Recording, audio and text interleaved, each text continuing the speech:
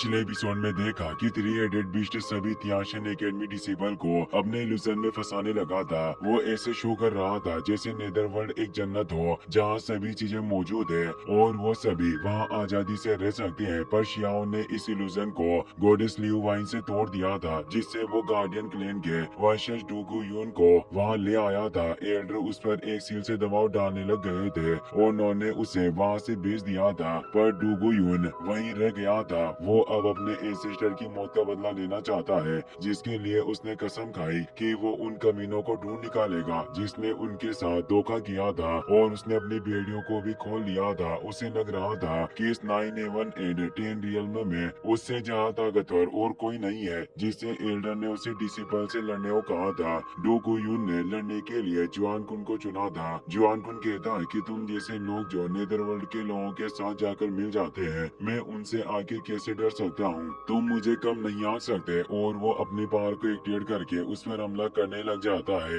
पर डोगू यून काफी फास्ट था और वो टेलीपोर्ट हो रहा होता है, जिससे जुआन कुन उस पर हमला नहीं कर पा रहा था। उनके बीच कॉम्बैट फाइट स्टार्ट हो जाती है। दोनों के हमले काफी तेज थे, पर डोगू यून उसे एक किक के साथ दूर फेंक देता है। जुआन कुन अब अपनी एंडलेस मीटियोर टेक्निक को एक्टिवेट कर लेता है। अनंत मीटियोरॉइड अब एक एक करके बाहर आने लगते हैं। डोगू यून उन मीटियोरॉइड से बचता हुआ लगातार आगे बढ़ रहा था। जुआन कुन के वो एकदम करीब पहुंच जाता है और जुआन कुन को संभलने का मौका नहीं मिलता और वो उसके दिल को पकड़ लेता है। जुआन कुन को तेज दर्द होने लगा। सभी काफी डर गए थे। बियान्यू कहती है कि थोड़ा रहम दिखाओ, पर डोगू यून अपनी पावर से उसके ब्लड को चेक कर रहा था, क्योंकि वो गार्डियन क्लेन के हथियारों के ब्लड को पहचानता था, इसीलिए वो उसके ब्लड को टेस्ट कर रहा था। वो उसे दूर फेंक देता है और कहता है कि तुम उन दुश्मनों के वंशज नहीं हो, इसीलिए मैं तुम्हारी जान बख्श रहा हूँ। इस बेकार की दुनिया में सभी पेटिशनर की पावर काफी मामूली है और तुम सभी नेदरवर्ल्ड की रॉयल फैमिली के बिल्कुल भी करीब नहीं हो। शियाओ मुस्कुराता हुआ कहता है कि मैं तुमसे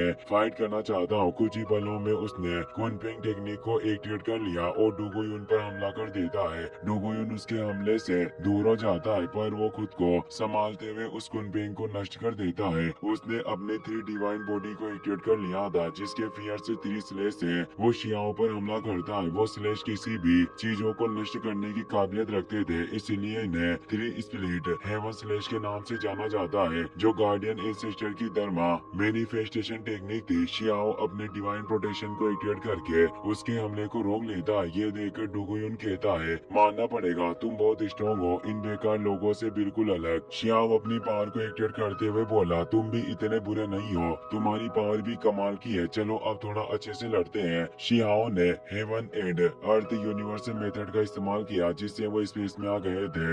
यह थंडर एम्परर की टेक्निक थी। शियाओ थंडर को हाथ में उठाए अपने थंडर गॉड बॉडी को एक्टिवेट करके उस पर फियर्स हमला करता है। इस थंडर पावर में इतनी सारी एनर्जी समाई थी कि डोगू यून भी इससे बच नहीं पाता, पर उसकी बॉडी पर खास कुछ असर नहीं पड़ा। वो अपनी एनर्जी को एक्टिवेट करके शियाओ पर फेंक देता है, जिसके टकराने से शियाओ का डोमेन बिखर जाता है और वो दोनों बाहर आ जाते हैं। डोगो यून शियाओ की तारीफ करते हुए कहता है कि तुम्हारी स्ट्रेंथ वाकई काफी इम्प्रेसिव है। वाकई तुम में विदेशी दुनियाओं की रॉयल फैमिली से लड़ने की ताकत है। और उस पर पंच अटैक करने आता है। शियाओ ने अपने हाथ से ही उसके पंच अटैक को रोक लिया और अब उन दोनों के बीच फियर्स फाइट स्टार्ट हो जाती है। ये फाइट इतनी फियर्स थी कि कोई उनके मूवमेंट को ठीक से देख भी नहीं पा रहा था। डोगो यून उसे हिट करने की कोशिश कर रहा था, पर शियाओ उसे अपने करीब नहीं आने दे रहा होता, जिससे डोगो यून शियाओ से इम्प्रेस हो गया था। और अब शियाओ कुनपिंग टेक्निक का इस्तेमाल करके डोगो यून को जोर से हिट करता है, जिससे वो नीचे जमीन पर जा गिरता है। शियाओ बोलता है कि तुम्हारे पास जो भी मेथड्स है उन्हें बाहर निकालो, मैं उन्हें भी दबा दूंगा। डोगो यून अपने हेलबर्ट को बाहर निकाल लेता है और कहता है कि मैंने नहीं सोचा था कि इस दुनिया में तुम्हारे जैसा कमाल का पेटिशनर होगा। रिप्लाई में शियाओ ने कहा कि तुम मेरी पावर्स को तोड़ने के योग्य नहीं हो, और वो अपनी डालवा इमोर्टल सोर्ड को बाहर निकाल लेता है। शियाओ और डोगो यून तेजी से एक दूसरे की तरफ बढ़ते हैं और अब उनके बीच काफी कमाल की वेपन फाइट होना स्टार्ट हो जाती है। दोनों ही एक दूसरे को चोट पहुंचाने की पूरी कोशिश कर रहे थे, पर दोनों ही कमजोर नहीं पड़ रहे थे। ऐसा लग रहा था जैसे दोनों की पावर ही सेम लेवल पर हो। तभी अनाउंस किया जाता है कि होली एकेडमी का मैसेंजर यहाँ आ चुका है। वो दोनों लड़ना बंद कर देते हैं। ये युआन चिबियो होता है जो होली एकेडमी के मैसेंजर को यहाँ लेकर आया था। होली एकेडमी मैसेंजर कहता है कि यहाँ हुआंग कौन है, जल्दी से उसे बाहर लाओ। सभी उन्हें देख हैरान थे। शियाओ मुस्कुराते हुए कहता कहता है कि युआन चिप तुमने फिर से यहाँ आने की हिम्मत की। युआन चिप शियाओ की तरफ इशारा करके बोला, होली एकेडमी मैसेंजर ये लड़का युआंग है। और वो शियाओ से भी कहने लगा, होली एकेडमी मैसेंजर के साथ आज तुम मुझसे बच नहीं पाओगे। पर शियाओ लियू वाइन की मदद से उसे अपने पास लेकर उसे एक फियर्स पंच मारता है जिससे वो दूर जाने लगता है। पर वो डुगुयुन को फुटबॉल खेलने की बोलता है जिससे डुगुयुन किक मारता है। उसने कुछ ज्यादा ही तेज मार दिया था जिससे वो आसमान में जाकर जमीन पर आ गया। वो मैसेंजर कहता है कि मैं होली एकेडमी का मैसेंजर हूँ, तुम मेरे सामने इतने असभ्य होने की कोशिश मत करो। तभी डुगुयुन उसे भी किक मारता है। शियाओ और डुगुयुन उसे एक फुटबॉल की तरह इस्तेमाल करके किक मारते रहते हैं जिससे उस मैसेंजर की हालत एक कद्दू की तरह हो जाती है और उसे स्पेस में फेंक देते हैं। शियाओ युआन किप से कहता है कि तुम लिमिट से बाहर चले गए हो, क्या तुम अभी भी लड़ना चाहते हो? पर वो काफी डर गया था।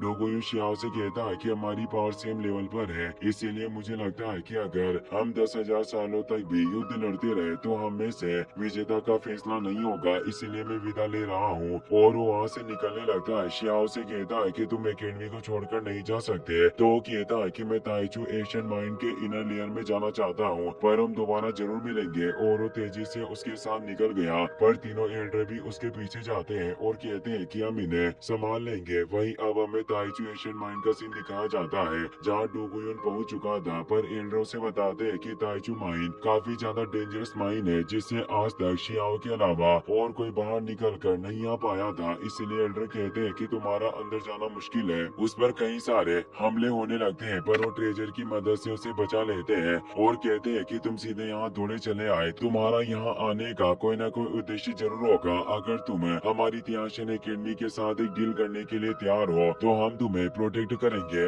और अंदर जाने में मदद करेंगे। वो मान गया था जिससे एल्डर उसे अपने ट्रेजर के साथ ताइचू माइंड के अंदर भेज देते हैं। डोगुयुन बताता है कि नेदरवर्ल्ड की रॉयल फैमिली ने उसे बताया था कि मेरे क्लैन के बारे में जो भी झूठी बातें और सच्चाई है वो सभी इसी जगह पर है और उसकी ब्लड लाइन भी इस गुफा के डेप्थ में मौजूद मिस्टीरियस फोर्स के साथ रेजोनेट कर रही थी। पर नीचे गहराई में जाना इतना आसान नहीं था, नीचे से तेज एनर्जी आ रही थी। तभी ब्लैक ब्लड भी वहाँ फैलने लगता है। वो सोचता है कि नेदरवर्ल्ड की रॉयल फैमिली ने मुझसे झूठ नहीं कहा था कि यहाँ ब्लैक ब्लड मौजूद है, जबकि मेरे कबीले में से कोई भी डार्कनेस की नेचर नहीं रहा। वो उससे ब्लैक ब्लड का सामना नहीं कर सकता था, इसीलिए वो वहाँ से निकलने लगता है और सोच रहा था कि भले ही नेदरवर्ल्ड के लोग सच थे पर मेरा मन अभी भी उनकी मदद करने के लिए नहीं मान रहा। मैं अब आखिरी टास्क को पूरा करूंगा। और वो एल्डर के शिप पर आ गया था और ने कहता है कि आपने मेरी इच्छा पूरी की, मुझे इस एशियन माइंड में जाने दिया, इसीलिए मैं आपकी शर्त को मानने को तैयार हूँ। मैं आप सभी को अब वर्ल्ड ग्रेव टॉम का रास्ता दिखाऊंगा जहाँ सभी इमोर्टल सीट प्राप्त कर सकते हैं।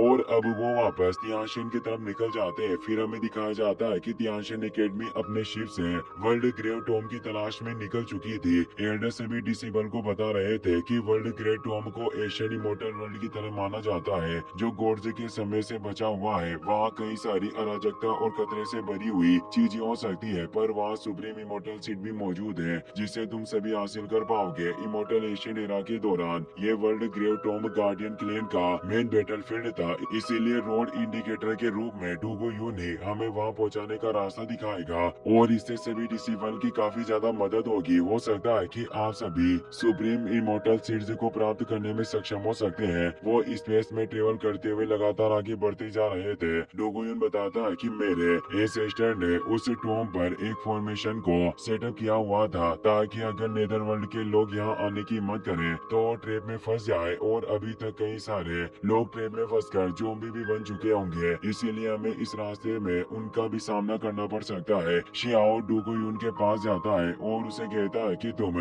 ताइचू एशियन माइंड में गए थे, वहाँ आखिर क्या हुआ जो तुम इतनी जल्दी वापस लौट आए? क्या तुम्हारा वहाँ ब्लैक ब्लड से सामना हुआ और उसने तुम्हारी बॉडी में कहीं कुछ बुरा असर तो नहीं किया? डोगुयुन उसकी बातों को टालने के लिए कहता है कि तुम्हें इन बातों पर ध्यान देने के बजाय अपनी ऊर्जा को बचाए रखना चाहिए, क्योंकि इस वर्ल्ड टॉम के रास्ते में तुम्हें कई सारे खतरों का सामना करना पड़ सकता है। तभी वो फॉग के अंदर चले जाते हैं और उनके शिप पर एक बहुत बड़ा बैटल शिप आ जाता है। एल्डर सभी को आगाह कर देते हैं कि सभी लड़ाई के लिए तैयार हो जाएं। ये सभी मरे हुए एशियन टाइम के पावरफुल तलवारबाज है जिनके मरने के बाद इनका डिवाइन कॉन्शियसनेस ट्रांसफॉर्म्ड हो गया है और ये वॉर स्पीड ज़ॉम्बी की तरह बन चुके हैं जो डिवाइन पावर को भी अब अपना भोजन मानते हैं। यानी अब तुम लोग ही इनका भोजन हो जिनसे तुम्हें बचना बचना होगा। एक एक करके कई सारे वॉर स्पीड ज़ॉम्बी उन पर हमला करने लग जाते हैं और तियाशिन एकेडमी के डिसेबल को मारकर खा रहे थे और अपनी पावर को बढ़ा रहे होते हैं। सभी काफी डरे हुए थे। वांगशी अपनी वीणा पावर को एक्टिवेट करके